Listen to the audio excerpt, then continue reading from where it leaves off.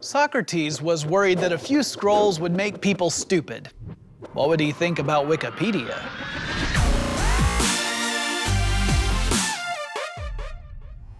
Let's imagine that you are an ancient Greek and you've come up with an amazing fact. You've discovered that the best cure for a fever is leeches. Or let's say that you found that the cure for an upset stomach is also leeches. If you're illiterate, you have to keep that fact spinning around in accessible memory up here in your head for as long as you need it. But if you can read and write, you just scribble it down on a scroll, and then you have no incentive to remember that information. Thus, say the doomsayers, writing weakens the mind. They said the same thing about the printing press. They said the same thing about the internet. Back in 1814, when British soldiers were setting fire to the Library of Congress, the central collection had about 3,000 books in it. Today, that's more like 35 million books, and that's just the tip of the iceberg. Google has indexed gigabytes of information from particle physics to post-colonial literature to pro wrestling to the history of Pokemon. I mean, the Game of Thrones wikis alone have got to be staggering. Winter is coming.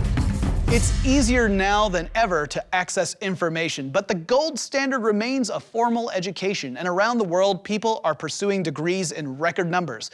So the future of education has got to be more than just information, right?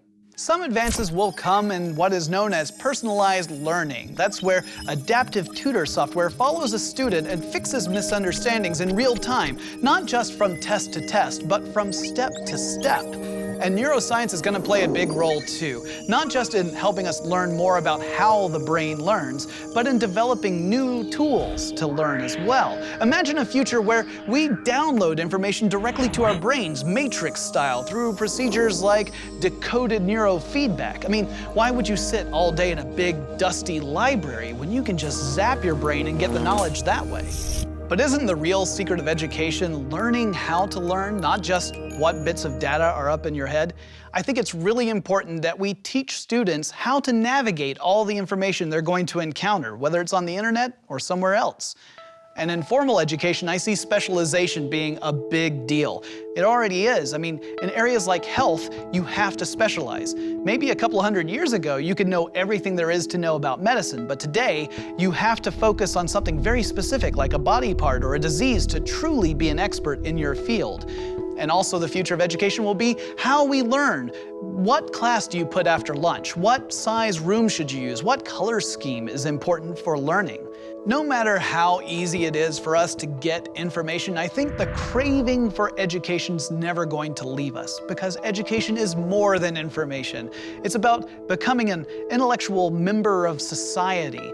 It's about learning not just what other people have discovered, but how to discover things yourself. That's something technology is never going to replace. Technology might be able to put answers into our hands, but it's coming up with the questions that generates actual wisdom.